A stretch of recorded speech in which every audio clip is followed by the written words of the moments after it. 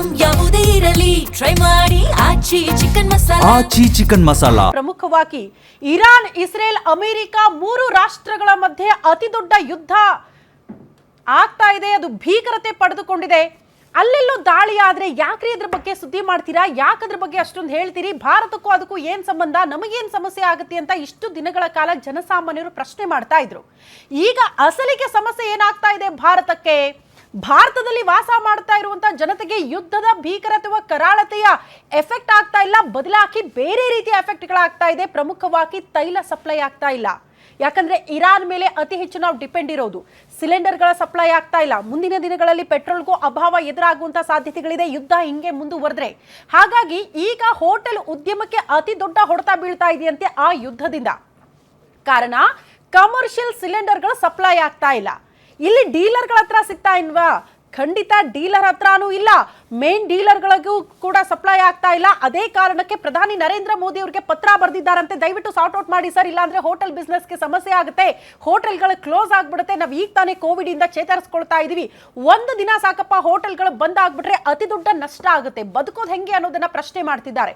ಹಾಗಾಗಿ ಇದಕ್ಕೆ ಪರ್ಯಾಯ ವ್ಯವಸ್ಥೆ ಏನು? ಸರ್ಕಾರದ ಮುಂದೆ ಇರುವಂತಹ ಆಯ್ಕೆಗಳು, ಹೋಟೆಲ್ ಉದ್ಯಮಿದಾರರ ಮುಂದೆ ಇರುವಂತಹ ಆಯ್ಕೆಗಳೇನು?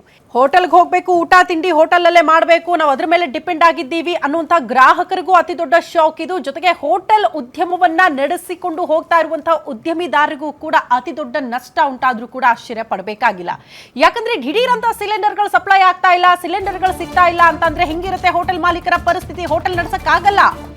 ಹೋಟೆಲ್ ಊಟ ತಿಂಡಿ ನಂಬಿಕೊಂಡಿದ್ದವರಿಗೂ ಕೂಡ ಶಾಕ್ ಎದುರಾಗಿದೆ. ಮನೆಗೂ ತಡ್ತಾ ಇದೆ ಇರಾನ್ ಯುದ್ಧದ ಎಫೆಕ್ಟ್. ನಮಗೇನ್ರಿ ಸಮಸ್ಯೆ ಆಗಲ್ಲ ಅಂತಿದ್ರಲ್ಲ, ಸಮಸ್ಯೆ ಆಗ್ತಾ ಇದೆ. ರಾಜ್ಯದಾದ್ಯಂತ ಹೋಟೆಲ್ಗಳು ಬಂದ್ ಆಗ್ಬಿಟ್ಟಿದೆ.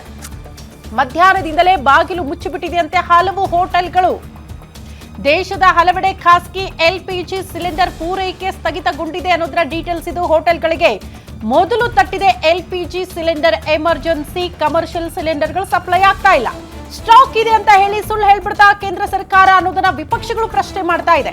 70 ದಿನದ ಸ್ಟಾಕ್ ಇದೆ ಅಂತ ಕೇಂದ್ರ ಸರ್ಕಾರ ಹೇಳ್ಕೊಂಡಿತ್ತು, ಎಲ್ಲಿದೆ ಸ್ಟಾಕ್ ತೋರಿಸಿ ಅಂತ ಕೇಳ್ತಿದ್ದಾರೆ. ಯುದ್ಧ ಶುರುವಾದ 10 ದಿನಕ್ಕೆ LPG ಸಿಲಿಂಡರ್ ಸ್ಟಾಕ್ ಇಲ್ವಾ? ಗೃಹ ಬಳಕೆ LPG ಸಿಲಿಂಡರ್ಗೆ ಸದ್ಯಕ್ಕೆ ಸಮಸ್ಯೆ ಇಲ್ಲ ಅಂತ ಹೇಳಲಾಗ್ತಾ ಇದೆ. ಹೋಟೆಲ್ ಕೈಗಾರಿಕೆಗಳಿಗೆ ಬಳಸುವಂತ ಕಮರ್ಷಿಯಲ್ ಸಿಲಿಂಡರ್ಗಳಲ್ಲೇ ಸಮಸ್ಯೆ ಎದುರಾಗಿರೋದು. ಸ್ಟಾಕ್ ಇದ್ದ LPG ಸಿಲಿಂಡರ್ ಬ್ಲಾಕ್ ಮಾರ್ಕೆಟ್ಗೆ ಹೋಗ್ಬಿಡ್ತಾ? ಇದು ಚಾನ್ಸಸ್ ಇದೆ. ಇದನ್ನ ಹೆಂಗ್ ತಡೆಗಟ್ತಾರೆ ಅನ್ನೋದು ಪ್ರಶ್ನೆ. ಹೋಟೆಲ್ ಊಟ ತಿಂಡಿ ನಂಬಿಕೊಂಡವರಿಗೆ ಶಾಕ್, ಉದ್ಯಮ ನಡೆಸ್ತಾ ಇರೋರಿಗೂ ಶಾಕ್. ಏನ್ ಮಾಡುತ್ತೆ ಕೇಂದ್ರ ಸರ್ಕಾರ? ಅಲ್ಟರ್ನೇಟ್ ವ್ಯವಸ್ಥೆ ಏನು? ಇದ್ರ ಬಗ್ಗೆ ಇವತ್ತು ಸುದೀರ್ಘವಾಗಿ ಚರ್ಚೆ ಮಾಡೋಣ.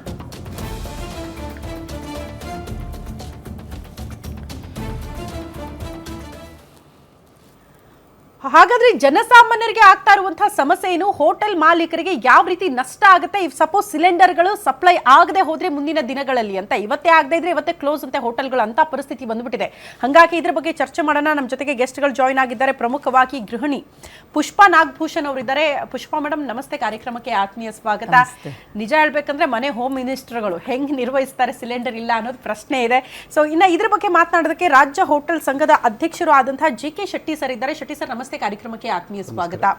ಅದೇ ರೀತಿ ತ್ರಿಲೋಕ್ ಸರ್, ನಿವೃತ್ತ ಸೇನಾಧಿಕಾರಿ ಕೂಡ ಝೂಮ್ ಅಲ್ಲಿ ನೇರ ಸಂಪರ್ಕದಲ್ಲಿ ಜಾಯಿನ್ ಆಗ್ತಿದ್ದಾರೆ. ತ್ರಿಲೋಕ್ ಸರ್ ನಮಸ್ತೆ, ಕಾರ್ಯಕ್ರಮಕ್ಕೆ ಆತ್ಮೀಯ ಸ್ವಾಗತ ಸರ್. ನಮಸ್ತೆ. ಫಸ್ಟ್ ತ್ರಿಲೋಕ್ ಸರ್ ಹತ್ರನೇ ಹೋಗ್ಬಿಡ್ತೀನಿ. ತ್ರಿಲೋಕ್ ಸರ್, ಯುದ್ಧ ಹಿಂಗೆ ಮುಂದುವರೆದ್ರೆ ಭಾರತಕ್ಕೆ ಆಗುವ ಸಮಸ್ಯೆಗಳೇನು? ಭಾರತದ ಮುಂದೆ ಇರುವಂತಹ ಆಯ್ಕೆ ಏನು? ಇದು ಪ್ರಶ್ನೆ ಇದೆ. ಮೇಡಮ್, ಯುದ್ಧ ಮುಂದುವರಿಯಕ್ಕೆ ಚಾನ್ಸಸ್ ಇದ್ರೂ ಇರಬಹುದು, ಇಲ್ಲದಿರೂ ಇರಬಹುದು. ಆದ್ರೆ ಭಾರತಕ್ಕೆ ನೋಡಿ, ಇವತ್ತಿನ ನ್ಯೂಸ್ ಏನ್ ಹೇಳಿದ್ದಾರೆ ಅಂದ್ರೆ, ಈ 3 ನಮ್ಮ ಇದರಲ್ಲಿ ಇಂಡಿಯಾದಲ್ಲಿ ಡಾಕ್ ಮಾಡ್ಲಿಕ್ಕೆ ಪರ್ಮಿಷನ್ ಕೊಟ್ಟಿದ್ದಾರೆ ಇರಾನ್ಗೆ, ಅವರ ನೇವಲ್. ಅದೊಂದು. ಸೆಕೆಂಡ್ಲಿ, ಯುದ್ಧ ಮುಗಿಯುತ್ತೆ ಅಂತ ಏನಿಲ್ಲ.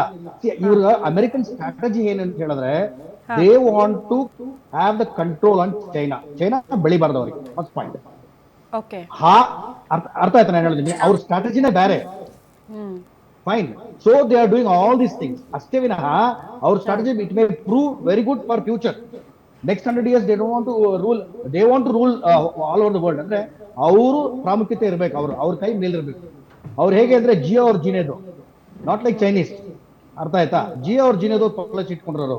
ಆದ್ರಿಂದ ಯುದ್ಧ ಕಂಟಿನ್ಯೂ ಆದ್ರೂ ಚಿಂತೆ ಇಲ್ಲ, ಏನ್ ತೊಂದರೆ ಇಲ್ಲ ನಮಗೆ. We have our own. Because ಇವಾಗ ನಮಗೆ ಕ್ರೂಡ್ ಸ್ಟಾಕ್ ಇರೋದ್ರಿಂದ ಇವಾಗ ಪ್ರೈಸಸ್ ಹೈಕ್ ಹಾಕಲ್ಲ ಅಂತ ಹೇಳ್ತಾ ಇದ್ದಾರೆ.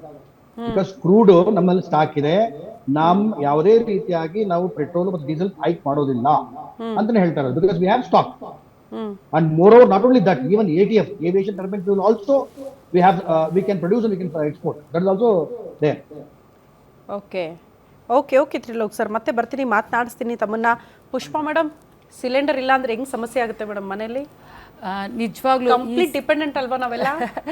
ಸೊ ಆಸ್ ಎ ಗೃಹಿಣಿಯಾಗಿ ನನಗೇನಾಗ್ಬಿಟ್ಟಿದೆ, ಸೊ ಯಜಮಾನ್ರು ಇಷ್ಟು ಅಂತ ಸಂಬಳ ನಮ್ಮ ಕೈಲಿ ಕೊಟ್ಬಿಡ್ತಾರೆ. ಯಾಕಂದರೆ ಇದು ಗಂಡಸರಿಗೆ ಹೊಡ್ತಾ ಬೀಳ್ತಲ್ಲ, ಮನೆ ಗೃಹಿಣಿಯರಿಗೆ ತುಂಬಾ ಹೊಡ್ತಾ ಬೀಳ್ತದೆ.